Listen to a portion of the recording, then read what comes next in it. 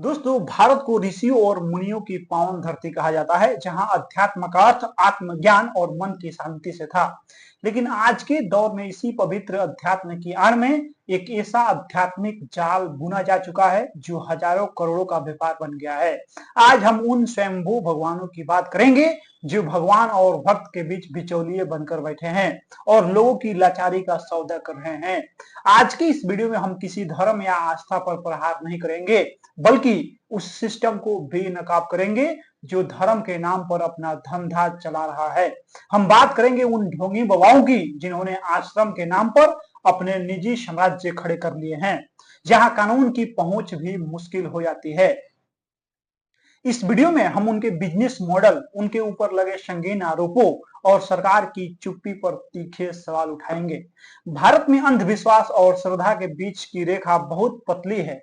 इसी धुंधलेपन का फायदा उठाकर ये बाबा एक ऐसा जाल बुनते हैं जिसमें एक बार फंसने के बाद निकलना नामुमकिन हो जाता है।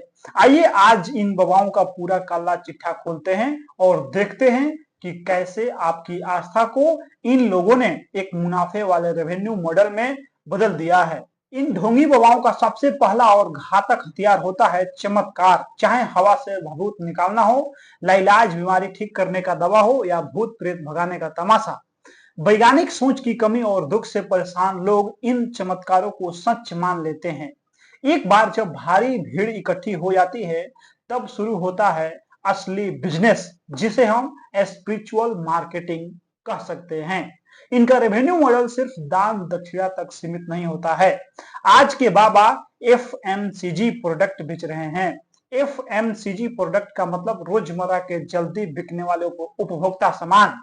आयुर्वेद के नाम पर बिना किसी क्लिनिक ट्रायल के दवाइयां बेच रहे हैं और यहां तक कि वीवीआईपी दर्शन के लिए हजारों की टिकट तक वसूलते हैं। रिपोर्ट के मुताबिक भारत में धार्मिक पर्यटन और अध्यात्म का बाजार लगभग 30 बिलियन डॉलर से भी अधिक का है और इसका बड़ा हिस्सा इन्हीं बाबाओं की जेब में जाता है। इन बाबाओं ने अपने आश्रमों को किसी कॉरपोरेट ऑफिस की तरह डिजाइन किया है। वहां बकायदा पीआर टीमें हैं, सोशल मीडिया मैनेजर्स हैं और कानूनी सलाहकारों की वहां पे फौज है जो किसी भी विरोध को कुचलने के लिए तैयार रहती है। ये लोग फियर साइकोसिस यानी डर का इस्तेमाल करते हैं कि अगर आपने बाबा की बात नहीं मानी तो आप पर कोई भारी विपत्ति आ जाएगी। इसी डर के दम पर अरबों का साम्राज्य खड़ा किया जाता है। जब हम इन बाबाओं के काले कारनामों की बात करते हैं तो आसाराम बापू और गुरमीत राम रहीम जैसे नाम सबसे पहले ध्यान में आते हैं। आसाराम, जो कभी लाखों अनुयायियों का गुरु था, आज एक नाबालिग लड़की के साथ बलात्कार के जुर्म में आजीवन कारावास काट रहा है। उस पर न केवल यौन शोषण बल्कि जमीन हड़पने और उसके खिलाफ गवाही देने वाले गवाहों की हत्या करवाने के भी गंभीर आरोप लगे हैं। वहीं दूसरी ओर डेरा सच्चा सौदा का प्रमुख गुरमीत राम रहीम सिंह है। उस पर बलात्कार और हत्या के दो संगीन मामले अदालत में साबित हो चुके हैं। लेकिन हैरानी की बात देखिए, जेल में होने के बावजूद उसे बार बार पैरोल मिलती है। क्या यह कानून का सम्मान है या उसका राजनीतिक दबदबा? इन बाबाओं ने आश्रम के अंदर अपनी एक अलग दुनिया बना रखी थी, जहां वे खुद ही भगवान, जज और जल्लाद हुआ करते थे। सिर्फ यही नहीं, दिल्ली के वीरेंद्र देव दीक्षित जैसे बाबाओं पर भी हजारों महिलाओं को बंधक बनाने और उनका शोषण करने के आरोप हैं।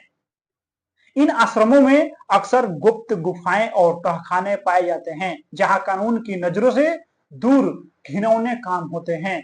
इन बाबाओं ने अध्यात्म को एक कवच की तरह इस्तेमाल किया है ताकि वे अपने संगीन अपराधों को समाज की नजरों से छिपा सके और खुद को कानून से ऊपर रख सकें। यहाँ यह बताना जरूरी है कि खुद हिंदू धर्म के सबसे बड़े संगठन अखिल भारतीय अखाड़ा परिषद ने 2017 में 14 ऐसे बाबाओं की सूची जारी की थी जिन्हें उन्होंने फर्जी ढोंगी घोषित किया था। इस सूची में आसाराम, राम रहीम, राधे माँ और निर्मल बाबा जैसे बड़े नाम शामिल थे। इसका सीधा अर्थ यह है कि धर्म के असली रक्षक भी यह मानते हैं कि ये लोग आध्यात्मिक गुरु नहीं बल्कि केवल ठग हैं। लेकिन सवाल यह उठता है कि जब धर्म के बड़े संस्थान इन्हें फर्जी कर रहे हैं तो आम जनता इनके पीछे क्यों भाग रही है? इसका जवाब है भावनात्मक असुरक्षा। जब कोई इंसान बीमारी, बेरोजगारी या पारिवारिक कलेश से पूरी तरह टूट चुका होता है तो वह तर्क संगत रहने के बजाय किसी भी सहारे की तलाश करता है। ढोंगी बाबा इसी मानसिक स्वास्थ्य संकट का भरपूर फायदा उठाते हैं और उन्हें अपना गुलाम बना लेते हैं। इन बाबाओं का एक और बड़ा हथियार है भूमि अधिग्रहण। भारत में आश्रम बनाने के लिए हजारों एकड़ जमीन या तो सरकारों से कौड़ियों के दाम पर ली जाती है या फिर अनुयायियों से दान के नाम पर डरा धमका कर हथिया ली जाती है। गुजरात से लेकर हरियाणा तक इन बाबाओं ने जंगलों और सरकारी जमीनों पर अवैध कब्जा करके अपने निजी किले खड़े कर लिए हैं, जहां प्रशासन की अनुमति के बिना परिंदा भी पर नहीं मार सकता है। भारत में कोई भी बाबा बिना राजनीतिक संरक्षण के इतना शक्तिशाली नहीं बन सकता है। इन बाबाओं के पास सिर्फ पैसा नहीं होता, उनके पास होता है थोक वोट बैंक। एक इशारे पर लाखों अनुयायी किसी भी पार्टी को जीता या हरा सकते हैं। इसी मजबूरी की वजह से बड़े बड़े नेता, चाहे वे किसी भी दल के हों, इन बाबाओं के दरबार में माथा टेकते नजर आते हैं। आसाराम हो या राम रहीम, इनके पुराने वीडियो उठाकर देखिए। देश के बड़े मुख्यमंत्री, कैबिनेट मंत्री और रसूखदार नेता इनके पैरों में बैठे मिलेंगे। जब देश चलाने वाले नेता ही इनके आगे झुकेंगे तो पुलिस और प्रशासन की क्या हिम्मत होगी कि वे इन पर समय रहते कार्रवाई कर सके। यही कारण है कि इनके खिलाफ शिकायतें सालों साल दबी रहती है, जब तक कि मामला पानी से ऊपर न निकल जाए। यहाँ सरकार को भी कटघरे में खड़ा करना जरूरी है। क्यों सरकारें इन बाबाओं को हजारों एकड़ जमीन मुफ्त या कम दामों पर देती है? क्यों इनकी आय की जांच आयकर विभाग नहीं करता है? जब एक आम आदमी टैक्स न भरे तो तुरंत नोटिस आ जाता है, लेकिन इन बाबाओं के दान पात्रों में जमा करोड़ों रुपए का कोई हिसाब नहीं मांगा जाता है। यह राजनीतिक गठजोड़ ही है जो इन अपराधियों को खुलेआम घूमने का हौसला देता है। इन बाबाओं का सबसे खतरनाक खेल साइकोलॉजिकल मैनिपुलेशन यानी दिमागी गुलामी है। ये अपने अनुयायियों को सिखाते हैं कि गुरु ही साक्षात ईश्वर है और गुरु की आज्ञा ही अंतिम सत्य है। इस तकनीक से वे अनुयायियों की सोचने समझने की शक्ति को पूरी तरह खत्म कर देते हैं।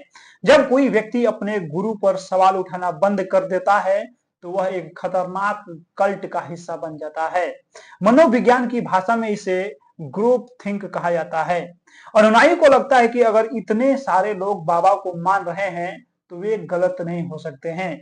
ये बाबा अक्सर ऐसी विचारधारा फैलाते हैं कि बाहरी दुनिया बुरी है, केवल मेरा आश्रम ही सुरक्षित है।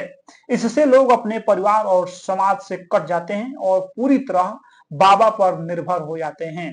यही वह स्थिति है जहां उनका सबसे अधिक शोषण किया जाता है। इसी ब्रेन वॉशिंग का खौफनाक नतीजा हमने तब देखा जब राम रहीम को सजा सुनाई गई। उसके अनुयायियों ने पंचकुला और आसपास के इलाकों में आग लगा दिया, करोड़ों की संपत्ति स्वाहा कर दिया और पुलिस पर हमला भी किया। उन्हें लगता था कि उनका भगवान बेगुनाह है। जब कोई इंसान इतना अंधा हो जाए कि वह अपने देश के कानून के खिलाफ खड़ा हो जाए तो समझ लीजिए कि उस ढोंगी ने उसका मानसिक बलात्कार कर दिया है। आज का समाज दो हिस्सों में बटा हुआ है। एक वह वर्ग है जो इन बाबाओं को एक्सपोज करने की कोशिश कर रहा है और दूसरा वह है जो आज भी इनका अंधभक्त बना हुआ है। सोशल मीडिया पर तर्कवादी और फैक्ट चेकर्स इनकी पोल खोलते हैं, लेकिन फिर भी हर रोज एक नया बाबा पैदा हो जाता है। इसका मुख्य कारण हमारे देश की शिक्षा प्रणाली में तार्किक सोच, लॉजिक की कमी है, जो हमें अंधविश्वास और आस्था में फर्क करना नहीं सिखाती है। लोगों का अक्सर तर्क होता है कि आस्था हमारी निजी पसंद है और यह बात सही भी है, लेकिन जब आस्था की आड़ में बलात्कार, हत्या और मनी लॉन्ड्रिंग जैसे अपराध होने लगे तो वह निजी मामला नहीं रह जाता है। इन ढोंगियों ने उन असली संतों और गुरुओं की छवि को भी धूमिल कर दिया है जिन्होंने समाज के उत्थान के लिए काम किया है। आज असली ज्ञानी भीड़ से दूर हैं और पाखंडी टीवी चैनल पर विज्ञापन दे रहे हैं। सामाजिक प्रभाव की बात करें तो इन बाबाओं ने भारत की छवि वैश्विक स्तर पर सपेरों और ढोंगी गुरुओं के देश जैसे बना दिया है। जब विदेशी मीडिया में यह खबरें छपती है कि भारत में एक अपराधी को भगवान की तरफ पूजा जाता है और उसके लिए दंगे किए जाते हैं, तो हमारी संस्कृति का मजाक उड़ता है। ये बाबा सनातन धर्म के रक्षक नहीं, बल्कि उसके सबसे बड़े दिमक हैं, जो इसे अंदर से खोखला कर रहे हैं। इस वीडियो के अंत में बस इतना ही कहूंगा कि श्रद्धा रखिए, लेकिन अंधविश्वास की पट्टी मत बांधिए। अगर कोई बाबा आपसे पैसे मांगे, आपको आपके परिवार से दूर करने की कोशिश करे, या कोई अवैज्ञानिक चमत्कार दिखाने का दावा करे, तो तुरंत समझ जाइए कि वह सिर्फ अपना धंधा चमका रहा है।